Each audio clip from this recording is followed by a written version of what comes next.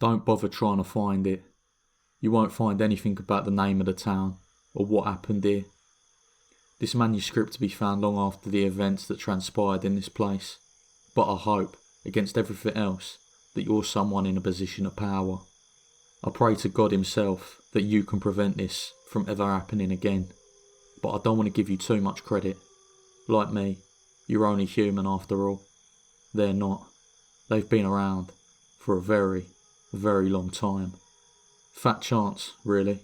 You probably don't want that responsibility, and even if you did take it upon your shoulders to track them down, you can't single-handedly stop the children. Their manipulators are not on the grid. Whoever engineered this is in control of the world on a very disturbing level. This is what I want you to do. Read these pages, if they're still legible, and take what you will from them. Don't go on a wild goose chase, and realise that when you find this book, that it will not be in the place where I left it. They'll move it somewhere else, to deceive you. I've left my mark on a tree there. Only then, when you see my name, will you know this is the place. You may have even heard of it in history books, but be assured, any rumours on Wikipedia or Google pages that you pull up will be guesswork at best. None of them are even close to the truth. When you find the place, there may already be another town just like it. That's what I'm trying to stop. If we're not successful, then just realise, above all things, that evil exists. I ain't talking about bad people or tragic accidents. I'm talking real, intelligent, ancient evil. It's calculated, and it's always one step ahead of you.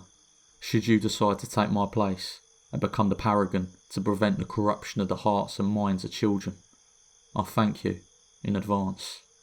I told you that I'm human. I lied.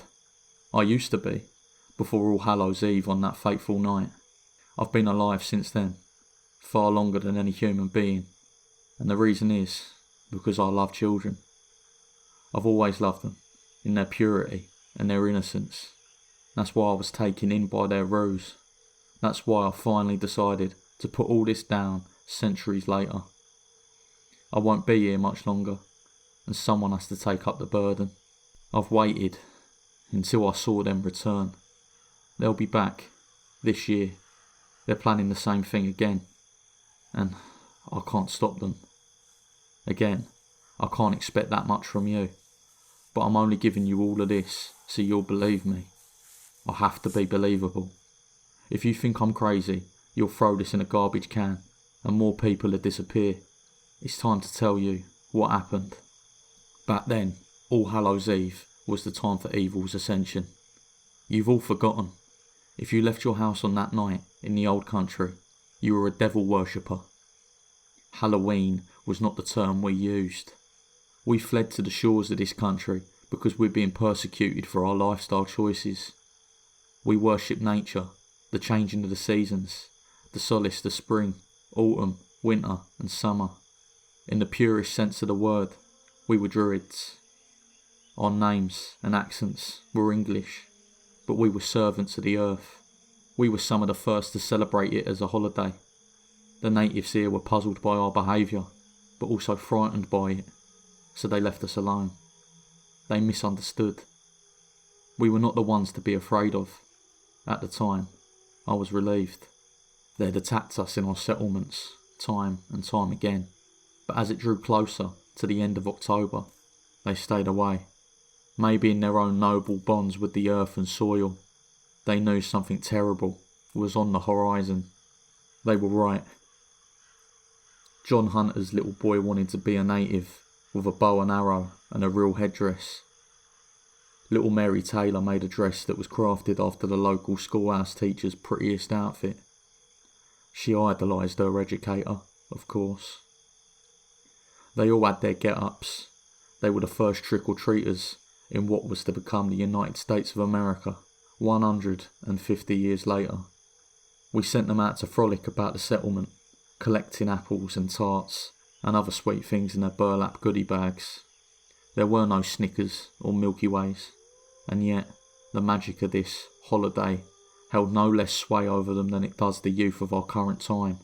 They dress up as the Joker, the Power Rangers, the Teenage Mutant Ninja Turtles.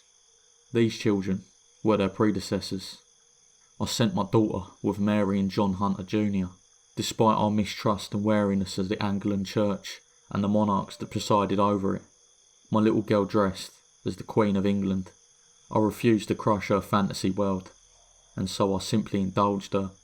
We heard promises to return after sundown, to say yes ma'am and no sir, and not to linger too long if they were invited inside the households of our community.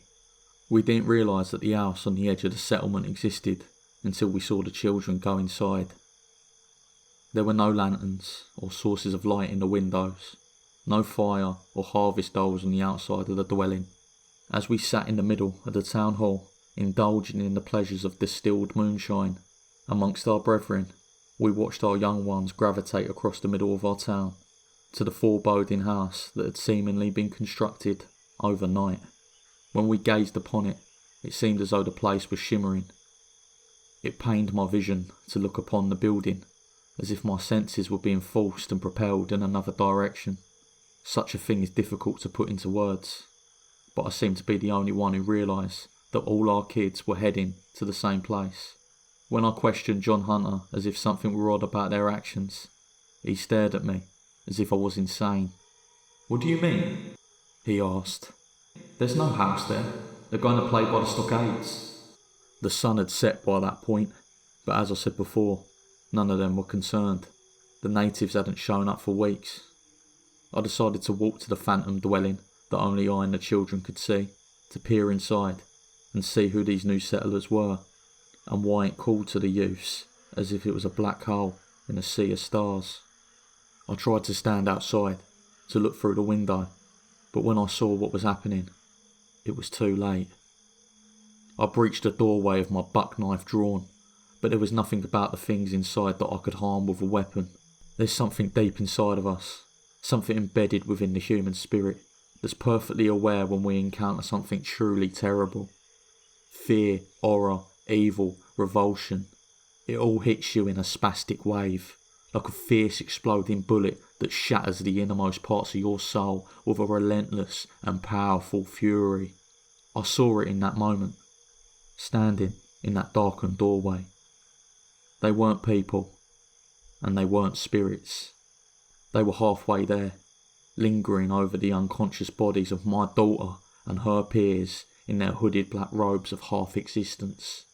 There was one, in particular, who made me feel as though my eyes would pop like ripened cherries when I stared at it. It was the leader, the source of that tug, that pull, and it was slowly fading, disappearing like a gaseous black cloud of death, through my little girl's nostrils and mouth. She was gasping for air, as if every breath after the one that preceded it were filled with acid, as if she was hungry for real, fresh air in her small lungs. With every breath, the figure faded deeper into her, along with the rest of them. I wish I could say that I was a hero, and that I hacked them all to bits. I wish I could say I saved the day, and made Halloween a night when the worst thing that children have to worry about is poisoned candy. It didn't happen. There was one of them left, floating toward me on elongated, blackened tendrils of shimmering nothingness. By all means of my imagination, it shouldn't have been there, but it was, and soon it was going inside of me. The last thing I saw were their little feet, scurrying out of the phantom house and into the town. I felt that something terrible was about to happen. I had no idea. Everything went black, and then I was outside of myself. I was conscious, but observing my feet, my hands, doing things beyond my own scope of physical control. They led me and our children into our meeting hall, where, of course, the kids were embraced by the open, loving arms of their parents. I witnessed the betrayal, the brutal moments in which the truth instilled by love for family and offspring would transform into a cause for the destruction of our village. They absorbed them. There's no better objective for what happened. One moment they were there, and seconds later, they were nothing but dark essence, filtering in through the eyes and noses and mouths of their devil children. It was over in minutes. A night that should have been a celebration of nature, of the seasons, had turned into the end of everything that we knew and loved here in our new land. I started to fight it. The kids knew. The moment I began to resist, to try and reclaim my limbs and mind from the corrupting influence within, their heads snapped back from their feast of the souls to survey me in my struggle. My daughter's eyes were sunken, black pools of the abyss, devoid of any emotion, any semblance of the bright-eyed stare that she once held for me. I missed that the most, really. The way she'd run to me when I came from the fields every evening as the sun went down. I lived for that. What reason do I have to live now, other than to find her and stop them? I'm incapable. That falls on you, my friend.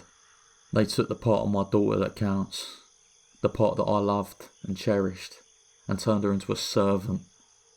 You ask me why I'm still alive, and again, it's because I love her so very, very much. Her body is a hollow shell, filled with the blackness of evil beyond our world. The black-robed things have grown as centuries have passed. They are from some place that is not of this world, but their urgency, their hunger to devour and destroy is insatiable. It's an exponential, amplifying contagion on mankind, and All Hallows Eve is their pinnacle, their Christmas. I've done my best to warn you throughout history, to leave my mark in places where their desolation has left nothing but dust on the wind and empty houses. A deserted football field in a Texas ghost town, a card room in the back of a nightclub in Chicago, right under the nose of civilization, Roanoke Island, North Carolina, before John Rolfe found it in the aftermath. The thing that I expelled through sheer force of will alone has left me with an unusually long and empty life, devoid of anything but my desire for revenge. I have failed. I'm pleading with you. October 31st is not long away. My little girl, or what's left of her, is going to lead them to the same place. It's been refounded, except now it hums with sport utility vehicles and cell phones. I don't want this to happen to your child. Go to Roanoke and stop them from repeating the ritual. Those bodies they inhabit now are frail, on their way out. It's been almost 500 years. They'll need new ones on this Halloween. Look for a building that appears as though it shouldn't be there. It'd be across from that very tree where I signed my name, where I made my mark. I changed my title, named myself after the tribe of natives who knew it was coming, who, perhaps, tried to warn us, but for some reason, we failed to heed or recognise their warnings. They were more closely attuned to the earth than us, and yet they were still wiped out, eventually. Go on now. You don't have much time.